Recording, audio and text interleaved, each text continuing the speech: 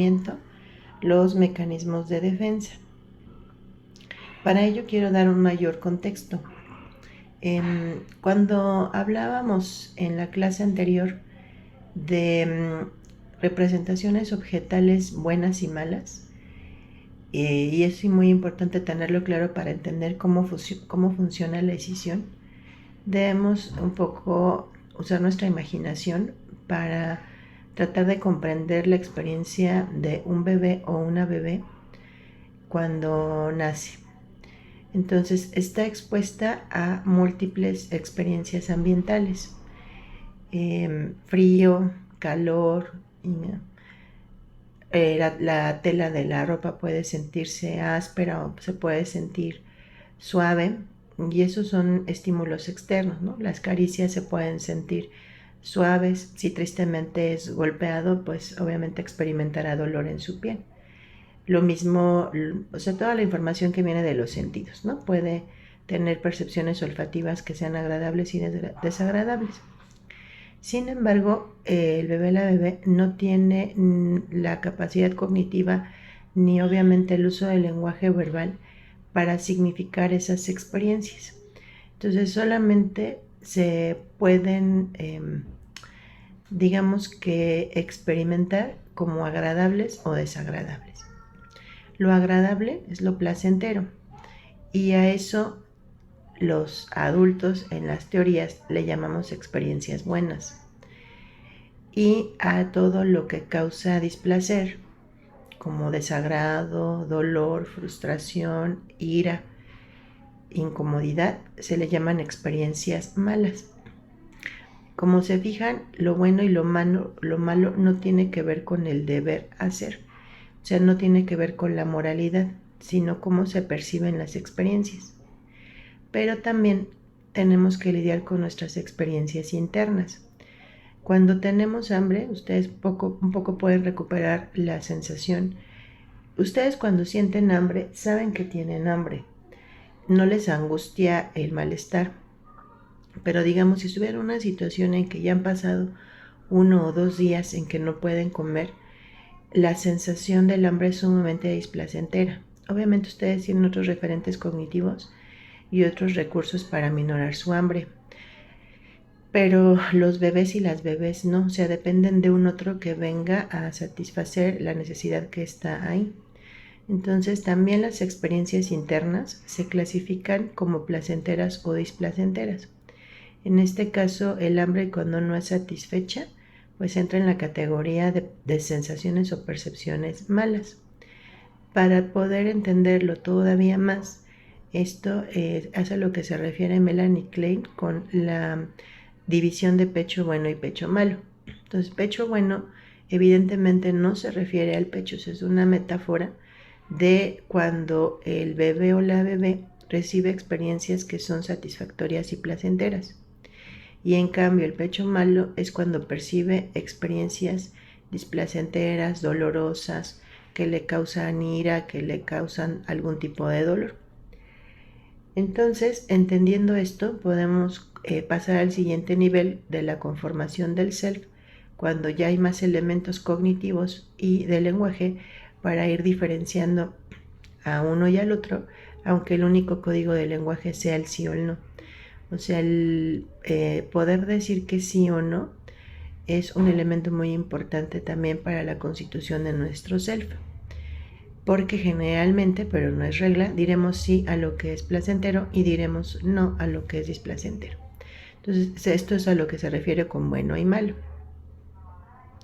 Posteriormente, obviamente, a mayor desarrollo cognitivo, tenemos las percepciones de nosotros y de los otros como buenas y malas, es decir, buenas si nos causan placer, si nos causan satisfacción, si nos causan orgullo, si nos causan felicidad, si nos causan alegría, reconocimiento, valoración. Y las representaciones malas de uno y de los otros es si nos percibimos a uno o a otros como agresivos, violentos, incapaces, insuficientes, no agradables, no aceptados, rechazados, etc. Entonces, entendiendo esto, vamos a ir viendo que el yo es quien usa los mecanismos de defensa para protegerse de montos de angustia muy grandes. Recuerden que la angustia puede provenir, según veíamos la clase anterior, de presiones superyoicas por cumplir ciertos mandatos. Se puede percibir de fuentes del ello porque nos pide o nos exige satisfacer determinada pulsión y esto no es posible. Por ejemplo, ¿no? Que venga la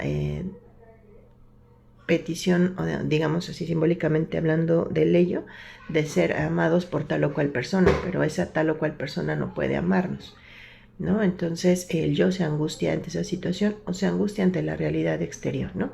Hablábamos en la clase anterior, por ejemplo, de lo que vivimos de tener clases de 5 horas, entonces el yo se angustia porque tiene que mantener montos de atención muy grandes, entonces se va a defender de diferentes maneras, ¿no? Entonces las diferentes maneras en las que se va a defender son los mecanismos de defensa. Tenemos mecanismos de defensa primitivos y mecanismos de defensa más avanzados. Son primitivos aquellos que se usan en las etapas de, según Mahler, de autismo normal, simbiosis normal, etapa de separación e individuación. Y mecanismos más evolucionados son los que se usan en la fase de constancia objetal o de complejo de Edipo, según Freud y Lacan. Pero por favor también es muy importante que les quede claro que mayor evolución no significa que es una mejor estructura, significa que tiene otros recursos, porque hay veces que las estructuras, y eso es a lo que vamos, las estructuras de la personalidad, es decir, lo que nos constituye nuestra subjetividad, hay subjetividades o estructuras psicóticas, perversas, hay estructuras fronterizas. Me hacían la pregunta en una de sus actividades, ¿qué es lo fronterizo? Fronterizo significa que son borderline o límite, es decir, tienen características a veces que parecen neuróticas y a veces que parecen psicóticas. Por eso se llaman fronterizas, pero constituyen en sí mismo una organización de la personalidad. Y las estructuras más evolucionadas en el desarrollo, pero no por eso son mejores, las neurosis. ¿Por qué digo que no son las mejores? Porque aquí recurrimos a un autor que se apellida Gabart y también a otro autor que se llama Jean Bergeret, y es principal este último, Jean Bergeret, quien habla de estados de compensación y descompensación. Es decir, las personas con psicosis no siempre están en estado psicótico, es decir, no siempre deliran ni alucinan. Cuando lo hacen, se dice que están descompensadas, es decir, en desequilibrio y con toda su sintomatología a flor de piel. Y las personalidades fronterizas descompensadas son como el caso de CH que se revisó, donde tiene mucha sintomatología de autoagresión, autolesiones, de consumo de sustancias, pero que posteriormente, conforme avanza el tratamiento, va compensándose, es decir, no todas las personas límites se encuentran en sí mismas caóticas, sino cuando están descompensadas. Así también sucede con los neuróticos. Los neuróticos en estados de compensación están en equilibrio, pero si se descompensan, se ponen muy sintomáticos, se pueden poner fóbicos, se pueden poner obsesivos, pueden desarrollar trastorno obsesivo compulsivo, pueden tener síntomas de conversión que explicaremos en unos momentos más. Entonces no es la intención, por un lado, pensar que hay estructuras mejores que otras. En realidad es mejor una estructura compensada. Por ejemplo, es mejor una estructura psicótica compensada que una estructura neurótica descompensada, porque la descompensación ante todo significa que la persona está sufriendo y muy probablemente está causando sufrimiento a su alrededor.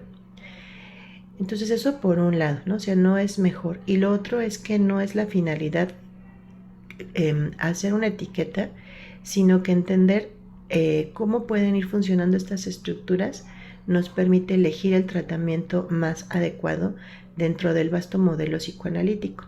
Como les he mencionado en las clases, estamos ahorita teniendo una mini capacitación para poder trabajar el modelo psicoanalítico en el CAPSI. Eso implica que hay ciertas estructuras y estados de descompensación que no podremos trabajar. pero no significa que no se puedan trabajar en el modelo. Entonces eso es muy importante que nos quede muy claro. Bueno, vamos entonces a ver ahora los mecanismos de defensa primitivos. Vamos a tener los mecanismos de defensa divididos en dos grandes grupos. Todos los primitivos son los que se derivan de la escisión y todos los mecanismos de defensa evolucionados son todos los que se derivan de la represión. Entonces, el mecanismo de defensa primordial es la escisión y de ahí tenemos sus subsidiarios. Entonces, metafóricamente, la madre de estos mecanismos es la escisión. Entonces, ¿cuáles mecanismos son hijos de la escisión? Como pueden ver en pantalla, la idealización primitiva, la identificación proyectiva, la negación, la omnipotencia y la desvalorización o devaluación. Todos ellos tienen como finalidad mantener separadas las representaciones o experiencias buenas y malas. Esto se hace porque la persona no los puede integrar, porque integrarlos causa mucho dolor. Entonces estamos hablando de personas que han experimentado mucho dolor a lo largo de su vida como consecuencias del trauma y que por lo tanto necesitan mantener separadas estas representaciones. Pero esto se puede trabajar psicoanalíticamente hablando para que la escisión se aminore lo más posible. Entonces, idealización primitiva, identificación proyectiva, negación, omnipotencia y desvalorización son hijos de la escisión, como explicaré a continuación. Entonces, la escisión es mantener separadas las introyecciones e identificaciones con cargas impulsivas opuestas, es decir, mantener separado todo bueno o todo malo. Entonces lo vamos a identificar en la clínica tal cual. La persona nos va a hablar en sus diálogos de experiencias sumamente malas, es lo más general, y también de sí mismo, o sumamente buenas de sí mismo, sumamente malas del exterior. Así vamos a identificar la escisión. Entonces tiene que ver con un pensamiento dicotómico. Entonces aquí les puse una imagen que es de una obra de Mark Ernst, Dos niños amenazados por un ruiseñor. Entonces aquí el asunto o la palabra clave es la amenaza, ¿no? O sea, la persona se vive constantemente amenazada pues por estos objetos que se consideran malos. Bien, entonces, derivado de la escisión tenemos la idealización primitiva, que sería entonces solo ver a los objetos buenos, ¿no? Entonces, no se pueden ver los aspectos malos de la persona, pero esto no dura mucho tiempo.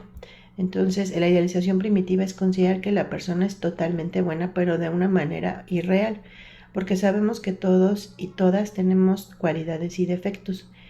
No hay nadie 100% bueno, ni nadie 100% malo.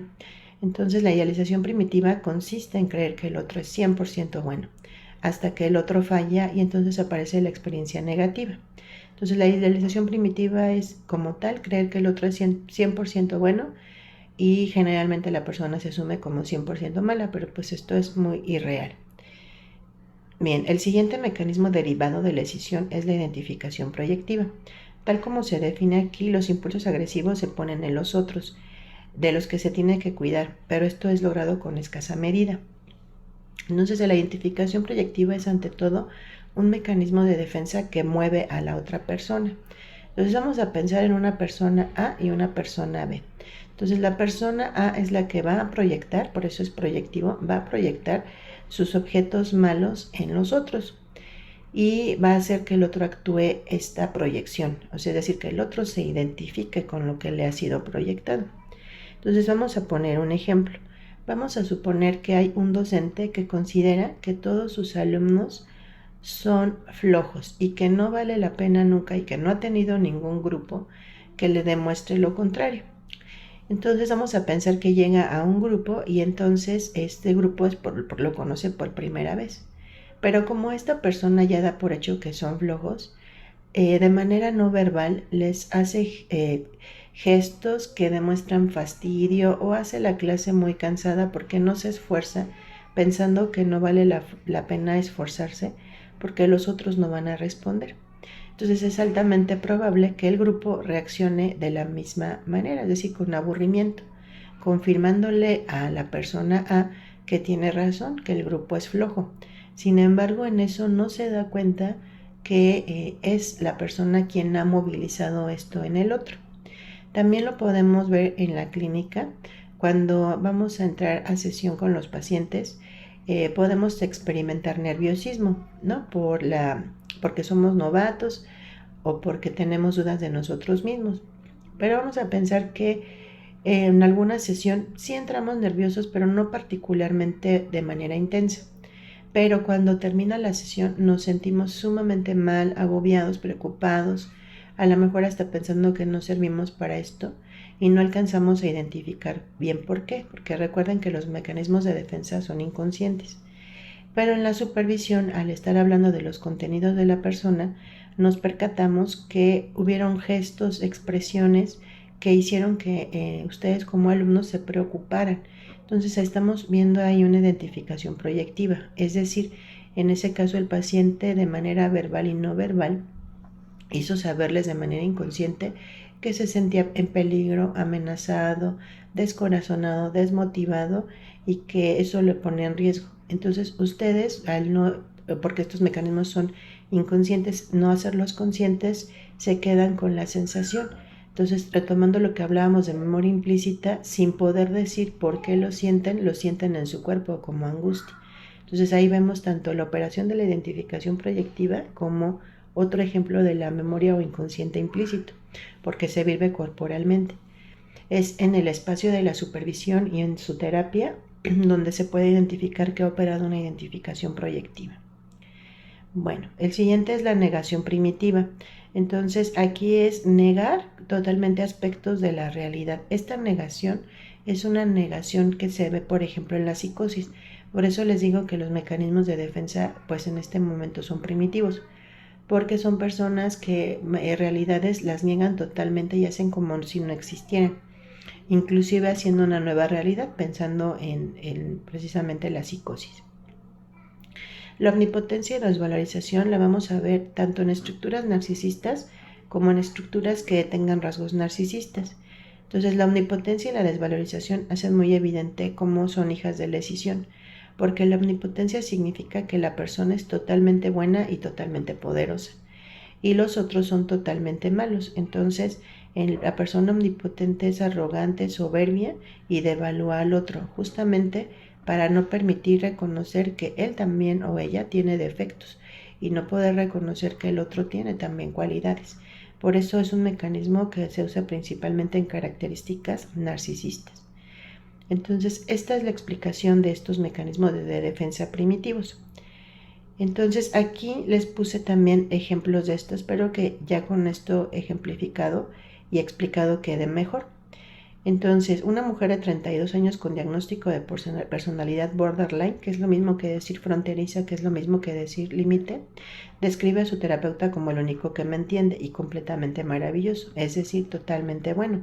Sin embargo, tras una simple interpretación que percibe como crítica, en la siguiente sesión o en esa misma lo acusa de ser cruel y exactamente igual a todos los que me han dañado, incapaz de recordar o integrar ninguno de los aspectos positivos previos. Por eso está la imagen a un lado, o sea, es la incapacidad de poder integrar de manera ordenada, es decir, satisfactoria, que todos tenemos cualidades buenas y malas, pero las personas que usan la decisión no pueden unir las características buenas y malas que tenemos todos.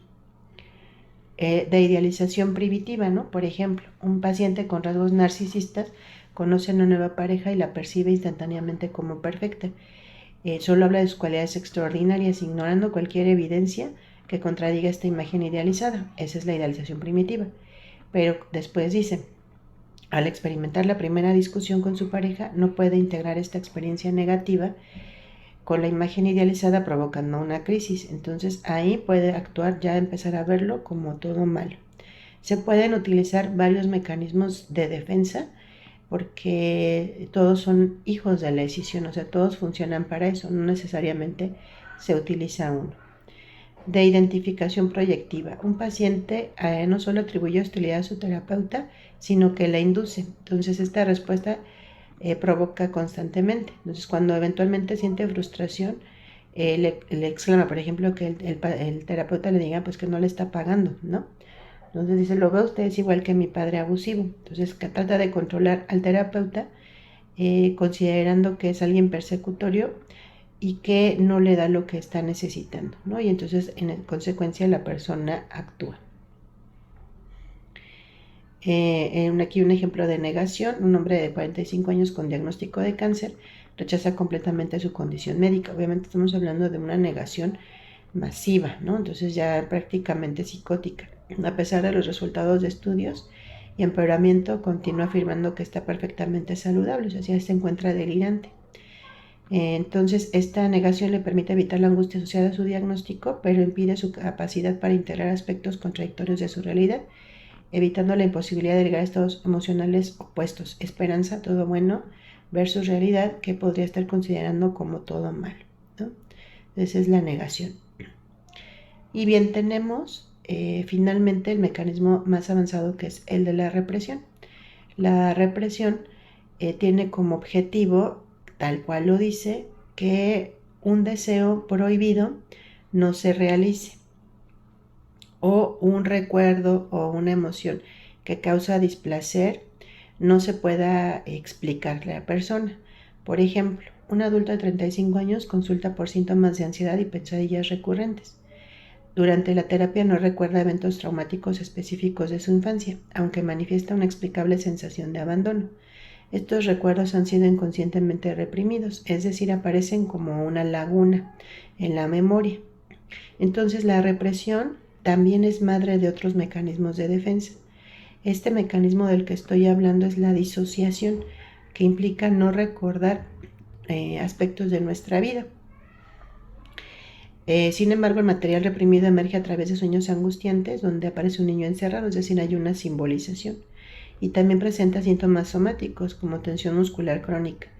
Este es el mecanismo de la conversión. La conversión es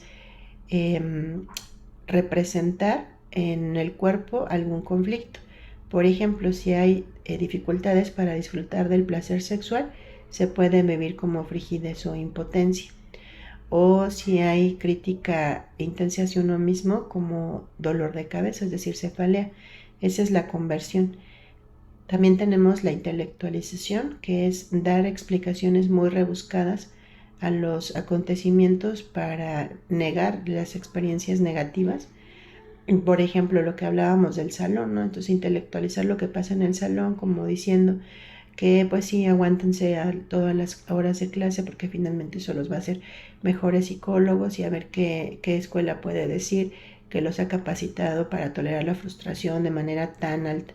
Entonces, una manera de poder tolerar que pues no se pueden tener menos horas o salirse antes, y poder tolerar la clase, y eso sí se hace, ¿no? Porque la otra puede ser la evasión, ¿no? Que es salir del salón, en este ejemplo.